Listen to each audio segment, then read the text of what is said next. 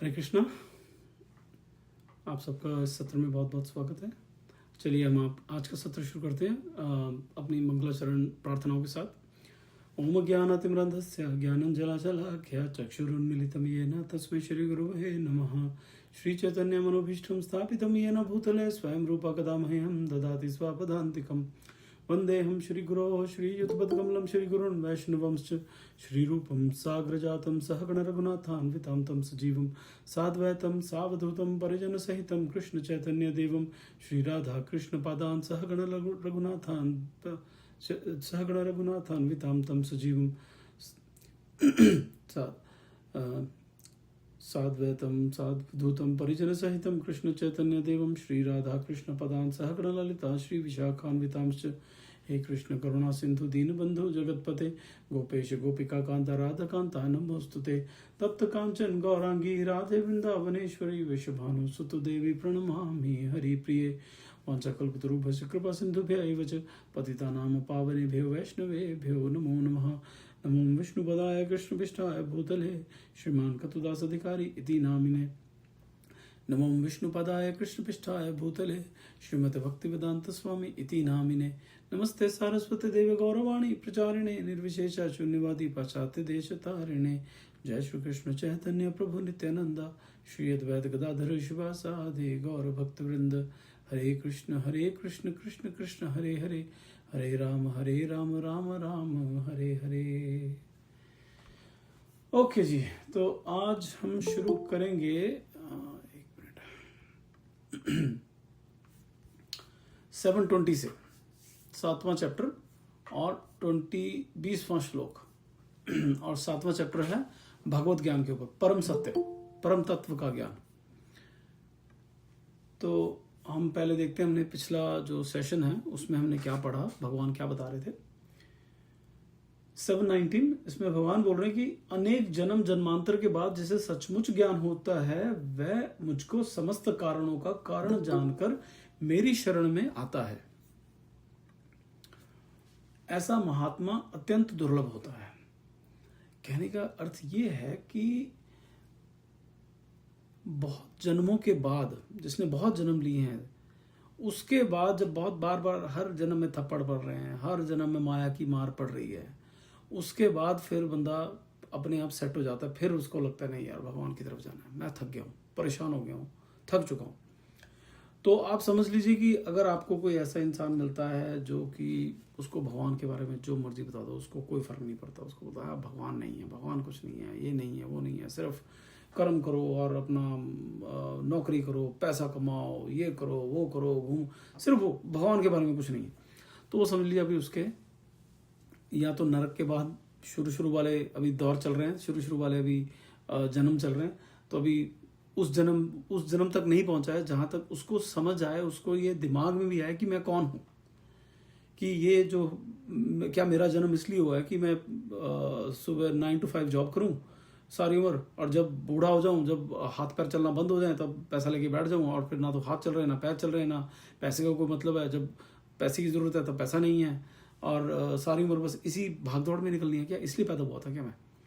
तो ये जहाँ जिसके दिमाग में ये आ जाए ये सवाल, और उस क्वेश्चन के बाद उसका ढलान जो है वो भगवान कृष्ण की तरफ हो, वो समझे कि भगवान कृष्ण और बाकी देवी देवताओं में क्या अंतर है और ये परम ज्ञान क्या होता है, तो वो जब समझने लग पड़े तो समझ लीजिए कि वो अपने आखिरी वाले बस अब जाने की तैयारी, वापसी में अपने अध्यात्म जो आध्यात्मिक जगत है उसमें जाने की तैयारी कर रहा है वो। ठीक है, तो वहां जाने की उसकी पूरी तैयारी हो चुकी है, वहां वो जाना चाह रहा है। और ऐसे लेकिन बहुत दुर्लभ होते हैं, वो भगवान कह रहे हैं, क्योंकि कई ऐसे होते हैं कि जो बार बार जन्म ले लेके भी, वही मार खाते खाते भी वो इसमें घूम जाते हैं। क्योंकि हमारे जो सनातन धर्म है, सनातन धर्म में हर एक के लिए जो कि अभी बिल्कुल अध्यात्म में स्टार्ट किया है जिसने, उसने बिल्कुल शुरू में है, उसके लिए भी वहाँ पे रास्ता है कि कैसे भगवान को प्राप्त करना है, और जो एंड तक पहुँच गया उसके लिए भी अध्यात्म पे पहुँचने के लिए रास्ता है। क्योंकि जो भी शुरू में है उसको भी समय लगेगा, तो उसको इस तरह का रास्ता दिया जाता है कि ठीक है तुम्हें समय लगेगा, जो तुम्हें 10 जन्मों में मिलना है, ठीक है मैं तुम्हें 2 जन्मों में दिलवा दूंगा अगर तुम वेदों को मानोगे। लेकिन उसको भगवान उसको सिर्फ सब कुछ चाहिए अपनी भौतिक इच्छाओं की पूर्ति के लिए, लेकिन उसमें भी वेदों ने इस तरह से घुमाया है, इस तरह के तरीके दिए हैं ताकि वो इंसान भौतिक जो खुशियां हैं या भौतिक जो अपनी जो मटेरियल हमारी खुशियां हैं यहाँ पे, उनको भी पूरी करेगा, लेकिन उस तरह से पूरी होगी कि आप भगवान की तरफ भी बढ़ना शुरू हो जाओगे। ठीक है, तो ये सारे जो है ये काम भगवान ने उसमें वेदों में डाल रखे हैं।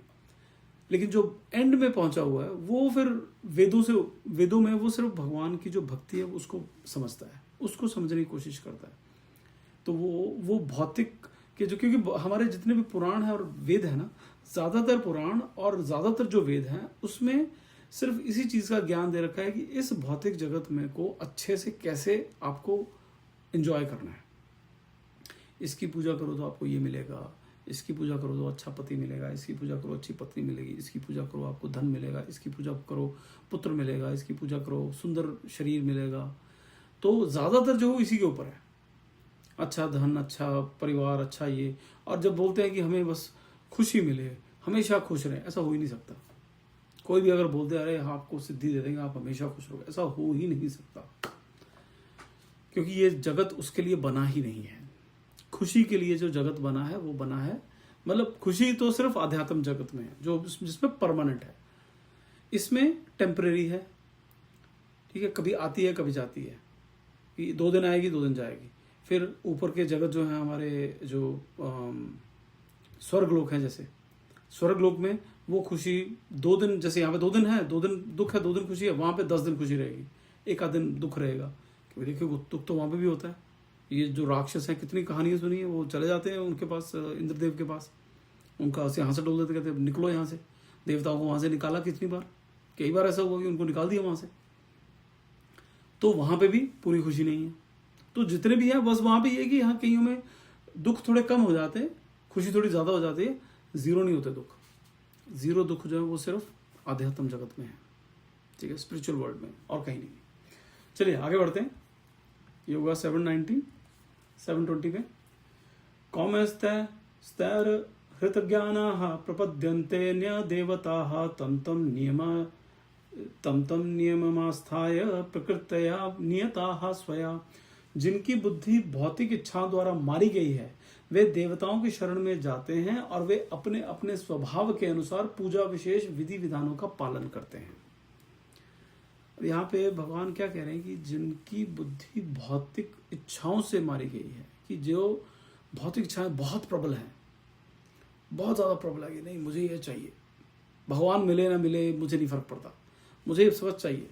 तो लोग क्या करते हैं, फिर देवी देवताओं की पूजा करते हैं, कई पिशाचों की पूजा करते हैं, कई भूतों प्रेतों की भी पूजा करते हैं, उनको भी मानते हैं ताकि मेरी भौतिक इच्छाएं पूरी हो जाए। और भौतिक इच्छाएं क्या हो सकती हैं? धन की प्राप्ति, अच्छे तन की प्राप्ति, अच्छी बीवी बच्चे की प्राप्ति, अच्छे पति की प्राप्ति, अपने दुश्मन को हराना है, अपने दुश्मन किसी को मारना है, किसी के हानि पहुंचानी, इस तरह की भौतिक इच्छाएं। तो भौतिक इच्छाएं तो हमारी अनगिनत है, शारीरिक इच्छाएं, मानसिक इच्छाएं, बहुत सारी इच्छाएं। तो कह रहे हैं कि जो अपनी भौतिक इच्छाओं से हार जाता है ना, वो जाता है देवी देवताओं के पास। अब इसमें भी 2 तरह से हम देख सकते हैं कि भगवान ने जो 2nd चैप्टर भगवत गीता में भगवान ने बोला था कि नहीं हमें देवी देवताओं का ये पूजन वगैरह करना चाहिए। वो किस कॉन्टेक्स्ट में बोला था उन्होंने, तब क्या बता रहे थे भगवान? शुरू में अभी शुरू किया था उन्होंने गीता का ज्ञान, उसमें वो बता रहे थे कि ये हम जो है, हम आत्मा है, हम शरीर नहीं है। ठीक है, हम आत्मा है, हम शरीर नहीं है, वो ये समझा रहे थे। और फिर समझा रहे हैं कि देखो इस जगत में हम रह रहे हैं, ये जेल है, इस जेल में रह रहे हैं, तो जेल के जो स्टाफ है ना उसके साथ बना के रखो, नहीं तो जेल में आपकी जो लाइफ है वो बड़ी खराब हो सकती है, उसके साथ बना के रखो। तब वो वहां वो समझा रहे थे। और जेल का स्टाफ कौन है? देवी देवता। ये दुनिया है जेल, जेल का जो स्टाफ है, कोई जेलर है, जेलर कौन है? दुर्गा माँ। तो कोई जेलर है, कोई जेल के सिपाही हैं, कोई जेल में खाना वो सप्लाई करता है, कोई के जेल में पानी सप्लाई करता है। तो सब कौन है? वो देवी देवता है हमारे। ठीक है, वो सब हमारे देवी देवता है। तो वहाँ बताया गया था कि उनका हमें उनके साथ मिल के, क्योंकि जब हम अध्यात्म जगत में बढ़ते हैं, जब हमें भक्ति करनी है, तो भक्ति का मतलब ये नहीं बाकी सबको बोल दो कि ये सब बेकार है, ये सब किसी काम के नहीं है, ऐसा ये नहीं करना है। हमें भगवान की भक्ति करनी, हमें ध्यान एक तरफ रखना है, लेकिन बाकी जो है वो माननीय है, वो भगवान के भक्त हैं, वो भी भगवान के सेवक हैं। उन्होंने भगवान की एक तरह से नौकरी कर रहे हैं, वो भगवान की नौकरी कर रहे हैं, उनको नौकरी पे लगाया हुआ भगवान ने। जैसे हम अगर माता पिता के रूप में देखें तो हमारे पास जो बच्चे पल रहे हैं उनको हम ये मान के चलना चाहिए कि वो भगवान की धरोहर है, और हमें उनको भगवान के रास्ते पे लगाना है कि वो भगवान की धरोहर है। भगवान कह रहे हैं कि मेरी सृष्टि बढ़नी चाहिए, तो उसको बढ़ाने के लिए उसने हमें पुत्र या पुत्री दी हुए हैं, और उन्हें हमें भगवान की तरफ भगवान का ज्ञान जो वो देना चाहिए। ठीक है, तो उसी तरह से मैं ये भूल गया कि मैं कहाँ से मैंने शुरू किया था बात, बट एनीवेज जो बात ये थी कि जो हमारी भौतिक इच्छाएं हैं वो हमें देवी देवताओं की तरफ लेके जाती हैं। तो लेकिन भगवान पहले बोलते थे कि देवी देवताओं को माना चाहिए, लेकिन यहाँ पे क्या बोल रहे हैं, यहाँ कह रहे हैं कि भौतिक इच्छाओं से हम ऐसा ना हो कि वहां से आगे बढ़ ही ना पाए। आप उनके पास जाइए, जैसे जल का, वैसे तो भगवान सबसे ऊपर है, आप भगवान को बोलो सब कुछ मिलेगा, लेकिन जहाँ पे है ठीक है, वहाँ पे हम कुल देवता की पूजा कर रहे हैं, हम कुल देवी की पूजा कर रहे हैं, बाकी देवी देवता स्थान देवता होते हैं, क्षेत्र देवता होते हैं, उन सब की पूजा हो रही है। सब बहुत बढ़िया करो, ठीक है, ताकि सब जो है बड़े सिंक्रोनाइज वे में सब शांत रहे, सब प्रसन्न रहे। लेकिन कुछ भी ऐसा नहीं होना चाहिए जो भगवान के अगेंस्ट हो, जो भगवान को अच्छा नहीं लगता है, वैसा नहीं होना चाहिए। ऐसा नहीं होगी नहीं भगवान छोड़ दो, भगवान को छोड़ दो, इनकी तरफ चलते हैं क्योंकि ये हमें बहुत अच्छा फल देते हैं। क्योंकि ये फल जो है देवी देवता भगवान की मर्जी के बगैर फल नहीं दे सकते। उनके पास जो शक्ति आती है फल देने की, वरदान देने की, वो कहाँ से आती है? वो भगवान से आती है। भगवान कौन है? कृष्ण, उनसे आती है। ठीक है, तो चलिए यहाँ पे प्रभुपाद जी क्या कहते हैं, ऐसा गर्मी लग रही है।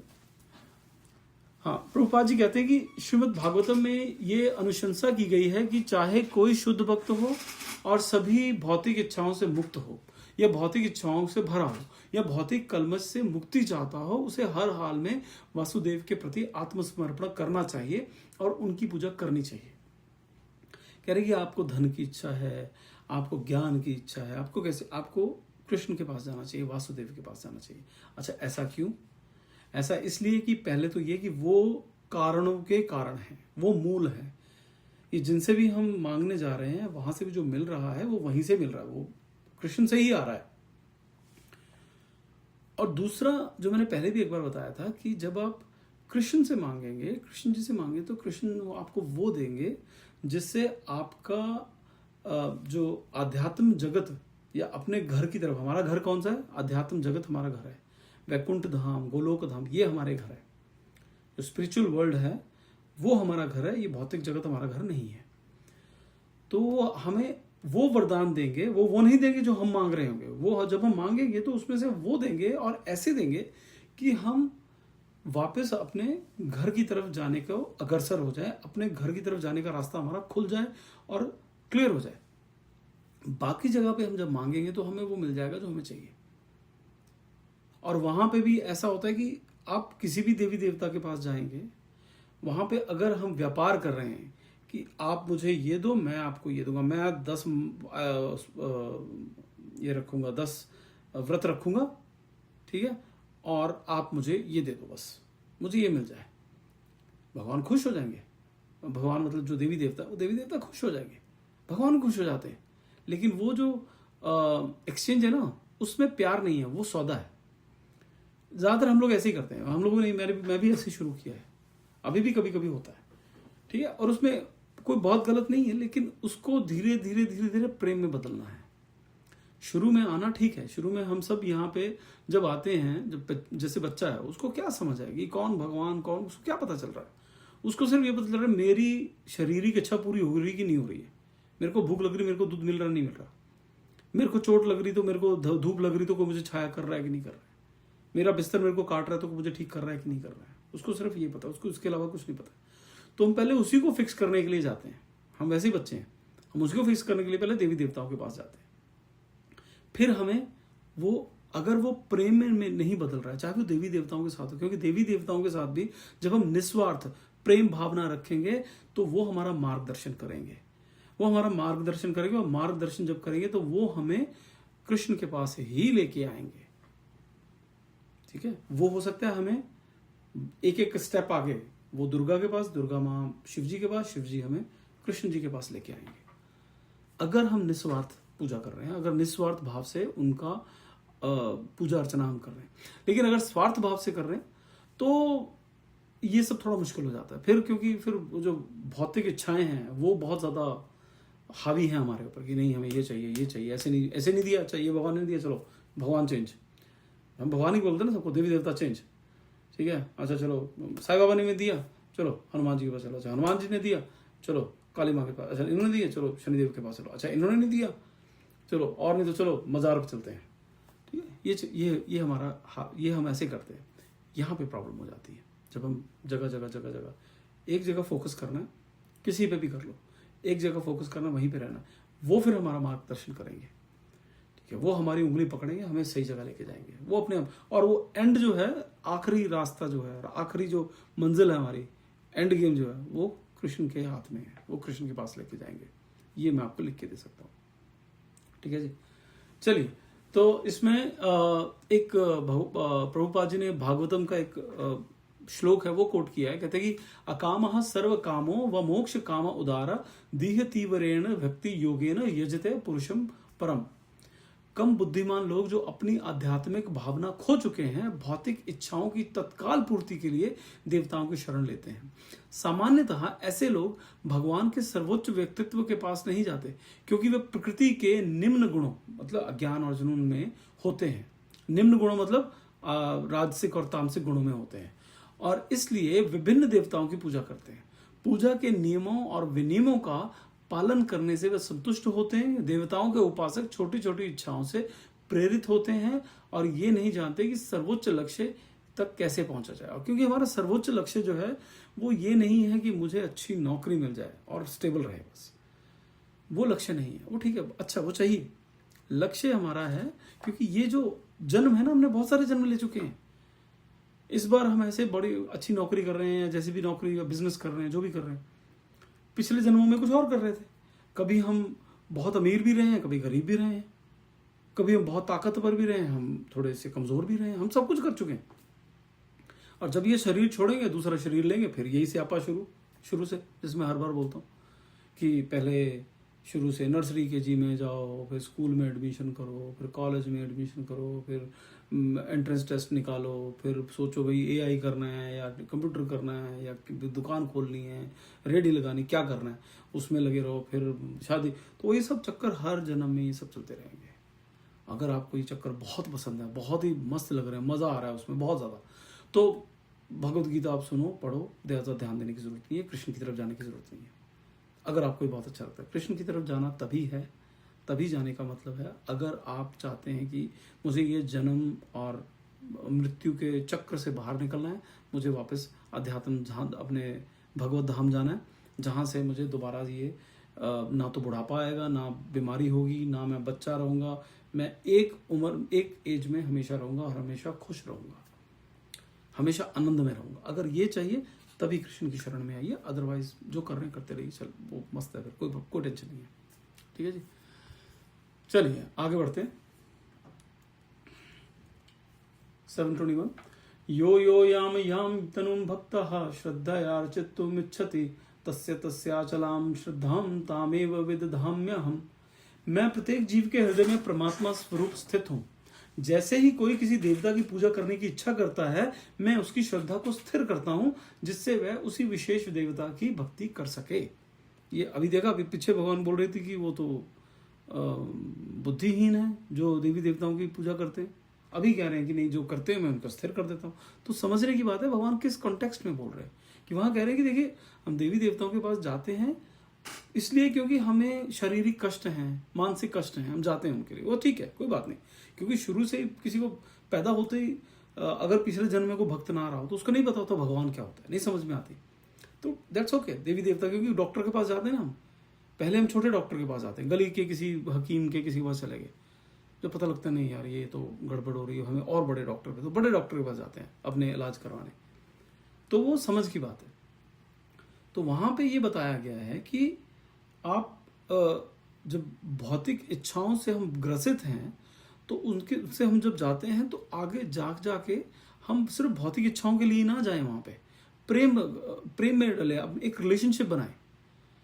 हम एक ह्यूमन में भी, एक इंसान में भी, जब हम रिलेशनशिप, जहाँ तक रिलेशनशिप सिर्फ गिव एंड टेक का होता है, तो वो ग्राहक और दुकानदार हो गया, उसमें क्या रिलेशनशिप है?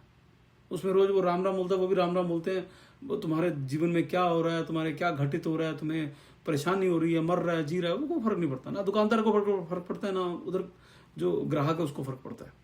उसने पैसा दिया है, हमने सामान दिया, बस इतना ही रिलेशनशिप है। लेकिन जहाँ पे ऐसा कोई नहीं है, लेन देन का नहीं है, रोज भाई यहाँ पे क्या हाल है आपका, कैसी तबीयत है, ऐसे मिलने आता है बिना किसी वजह से, तो वो है प्रेम भाव। तो यहाँ वहां पे बोल रहे हैं कि प्रेम भाव बनाओ, प्रेम भाव बनाओ, फिर आगे आगे वसुदेव से प्रेम भाव बनाओ। अब यहाँ पे क्या करें, लेकिन जो स्टार्टिंग वाली सिचुएशन है जो कि गलत नहीं है, जो भगवान ने पहले भी बोला है कि 4 तरह के जो भक्त होते हैं, जो मेरे पास झुकते, मेरी तरफ आते हैं, और 4 तरह के जो नहीं आते हैं। वो 4 तरह में नहीं में आने वाले कौन से? नास्तिक हैं, बिल्कुल ही दुर्बुद्धि हैं, वो सब है। और लेकिन जो 4 तरह आने वाले वो कौन है? वो यही है जो पहले तो जिसको शारीरिक कष्ट है, उसको धन की इच्छा है, किसको ज्ञान की इच्छा है, किसको भगवान के बारे में जानना है, तो वो कहते हैं ऐसे लोग मेरे पास आते हैं। तो यहाँ पे वो कह रहे हैं कि जब हम धन की इच्छा के लिए, ऐसी इच्छा के लिए, मानसिक या शारीरिक कष्ट की निवृत्ति के लिए हम जाते हैं किसी देवी देवता के पास, कहते हैं तो जब उनमें आस्था होती है ना, बढ़ती है, तो कहते हैं मैं तो भगवान तो परमात्मा है, वो परमात्मा स्वरूप में सब में बैठे होते हैं। दो इसमें से कनेक्टेड नहीं, लेकिन मैं फिर से बता दूं, देखिए जो परमात्मा स्वरूप है भगवान का, वो अध्यात्म जगत में नहीं है, वो सिर्फ भौतिक जगत में है। क्योंकि भौतिक जगत में शरीर है, भौतिक शरीर है, ये जो है ये भौतिक शरीर है। आध्यात्मिक जगत में भौतिक शरीर नहीं है, उसमें आध्यात्मिक शरीर है। आध्यात्मिक शरीर क्या है? आत्मा खुद ही आध्यात्मिक शरीर है, ठीक है। उसमें ऐसा नहीं कि ये मेरा शरीर, ये मेरी बाजू, ये मैं ही हूं, ये भी मैं हूं, ये भी मैं हूं, ये भी मैं, ऐसा है उसमें।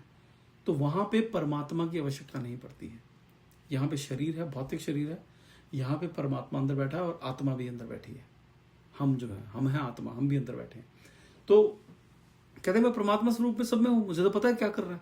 जैसे ही कोई देवी देवता में किसी में उसकी स्थिर होती, किसी में आस्था होती है, तो कहते हैं मैं उसको स्थिर कर देता हूँ, कोशिश करता हूँ। फ्री विल, जो इंडिपेंडेंस है, इंडिपेंडेंस होती है हमारे पास, ये कुदरत का कानून है कि सब चीज़ें तो होती हैं अपने, मतलब पहले से प्री डिफाइंड है कि ऐसे ऐसे होगा इस टाइम पे, लेकिन हम लोगों को फिर भी एक फ्री विल दी गई है कि जब स्थिरता दी जाती है तो उसके बाद भी कई लोग स्थिर नहीं रह पाते, जबकि पीछे से बहुत आता है नहीं तुम्हें इसी पे जाना चाहिए, लेकिन फिर भी वो इधर उधर घूमते हैं। तो उनकी एक फ्री विल है जिसको बोलते हैं कि इंडिपेंडेंस, या अपनी मनमर्जी जो होती है वो हम कर सकते हैं, वो हमारे ऊपर है, लेकिन भगवान हमारी हेल्प करते हैं उसमें।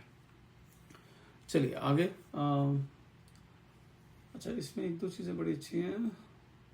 हाँ, कहते हैं जीवात्मा तथा देवता दोनों ही परमेश्वर की इच्छा के अधीन हैं, अतः जीवात्मा ना तो स्वेच्छा से किसी देवता की पूजा कर सकता है, ना ही देवता परमेश्वर की इच्छा के विरुद्ध कोई वर दे सकते हैं। जैसे कि कहावत है, ईश्वर की इच्छा के बिना पत्ता भी नहीं हिलता। ठीक है, तो ये देवी देवता भी जो है वो भगवान की इच्छा के बगैर किसी को वर नहीं दे सकते। और कभी मैं पहले बोला था कि भगवान जब देंगे तो वो देंगे जिससे हम आगे बढ़ जाएंगे, लेकिन बाकी देवी देवता वो आपको जो चाहिए दे देंगे। एग्जाम्पल, रावण, हिरण्यकश्यप, उनको सब दिया, उनको सब वो मिला जो कि सबके लिए हानिकारक था, लेकिन उनको मिला। राइट, ऐसे बहुत सारे हैं, उनको सब मिला, उनके लिए ठीक नहीं था वो, लेकिन उनको मिला। लेकिन उसमें भी भगवान की इच्छा थी, क्योंकि वो बहुत बड़ी लीला का हिस्सा है। और ये सब हमें समझाने के लिए ही कि देखो ऐसे होता है। चलिए आगे बढ़ते हैं।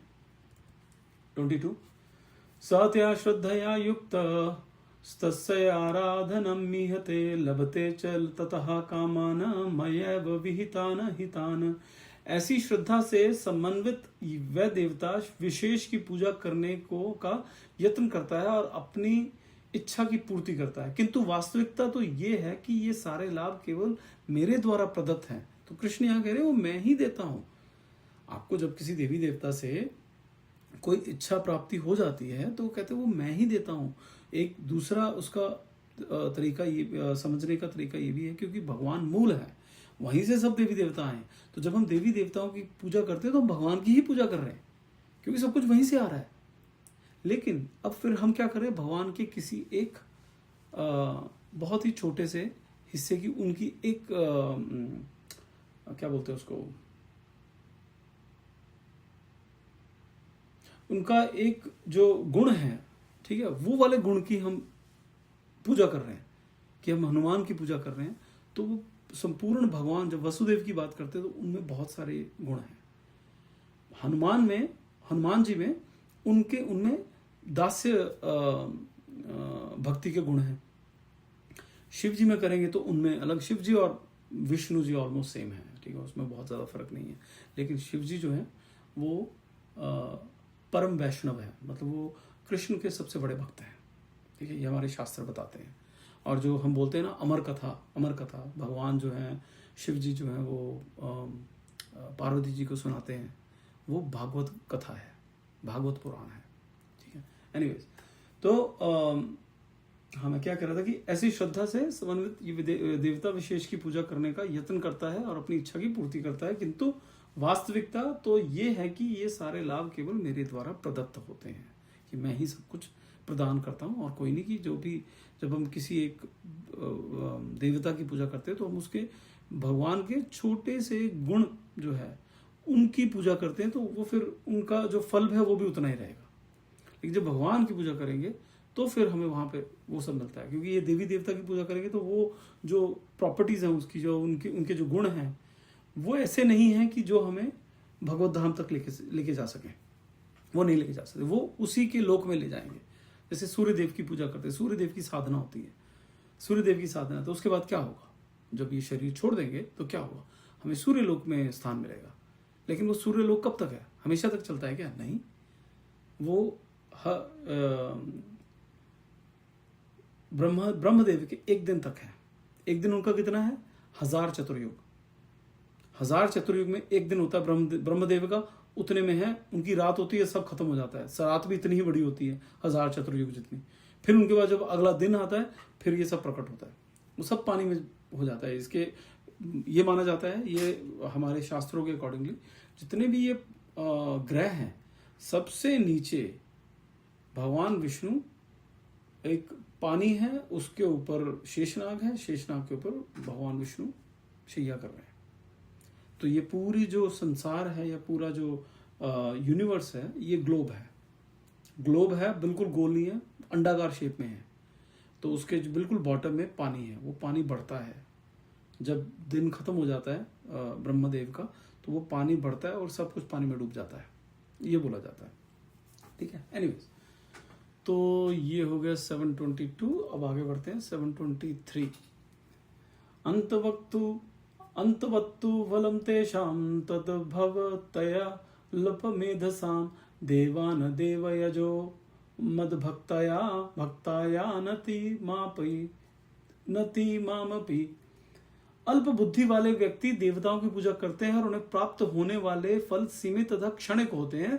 देवताओं की पूजा करने वाले देवलोक को जाते हैं, किंतु मेरे भक्त अंततः मेरे परम धाम को प्राप्त होते हैं। ये एक और डिफरेंस है, ये फर्क है कि जब देवी देवताओं की पूजा करेंगे तो वो हमें भगवत धाम नहीं भेज सकते, उनके अपने लोग हैं। चंद्र देव की पूजा करेंगे, उनकी उपासना होती है, आप चंद्रलोक में जाओगे। सूर्य देव की उपासना करोगे, आपको सूर्य देव में जाओगे। दुर्गा माँ की उपासना करोगे, आपको मिलेगा शिवलोक। उसमें दुर्गा चालीसा में एंड में आता है कि जो ये पढ़ता है उसको, जो दुर्गा माँ की साधना करता है, उनको शिव धाम मिलता है, शिव का धाम मिलता है, ठीक है। तो वो शिव धाम में मिलता है। शिव धाम भी वैसे आध्यात्मिक जगत में आता है। बाकी जो हैं शनि देव, राहु केतु, ये ग्रह है, और बाकी जो भी जितने भी ये देवी देवता हैं, उनकी पूजा करेंगे तो उनके लोग हैं, वहाँ पे आपको स्थान मिलेगा। और वो लोग जो हैं वो बोलेंगे तो क्या वो उस लोग में क्या प्रॉब्लम है, उस लोग में प्रॉब्लम ये है कि वो लोग खत्म हो जाते हैं। जैसे ये पृथ्वी है, ये एक समय आएगा, ये पृथ्वी खत्म हो जाएगी, तबाह हो जाएगी, खत्म हो जाएगी। वैसे ही वो लोग भी खत्म हो जाते हैं। जैसे स्वर्ग लोक है, स्वर्ग लोक में जाता है वो हमेशा के लिए वहाँ नहीं रहते हैं, हमेशा के लिए रह ही नहीं सकते, क्योंकि वो स्वर्गलोक ही नहीं रहता है। जैसे ब्रह्मदेव की हिरण्यकशिपु ने जब तपस्या की, तो सबसे पहले रावण भी यही चाहता था और हिरण्यकशिपु भी यही चाहता था, अमरता का वरदान दो। तो ब्रह्मदेव ने क्या बोला, कहते मैं ही अमर नहीं हूँ भाई, तेरे को कैसे दूं मैं वरदान, मैं ही अमर नहीं हूँ। हाँ ये कि मेरी उम्र बहुत ज्यादा है तुम लोगों से, कि मेरे एक दिन जो है तुम्हारे 1000 चतुर्युग हो जाते हैं, तो वैसे मेरी 100 साल उम्र है, तो मेरा दिन बहुत लंबा है, लेकिन मैं अमर नहीं हूं। वो 100 साल जब खत्म होते हैं तो ब्रह्मदेव भी लीन हो जाते हैं भगवान विष्णु के शरीर में, खत्म हो जाता है सब कुछ, ये पूरे जो संसार है ये सब खत्म हो जाता है। तो कहते फिर मैं तुम्हें कैसे वरदान देता, तो मैं ही नहीं हूं। ठीक है, तो यहाँ पे ये बता रहे हैं प्रभु। ठीक है, अब अगला अभी खत्म करते हैं, अभी अगला जो सेशन है 724 से शुरू करेंगे। तब तक के लिए हरे कृष्णा, श्रील प्रभुपाद की जय, गुरु महाराज की जय। और किसी को कोई प्रश्न हो तो झिझकिएगा मत, मेरे को यू कैन कॉल मी, आप मेरे को कॉल कर सकते हैं, मैसेज कर सकते हैं। हरि बोल, धन्यवाद।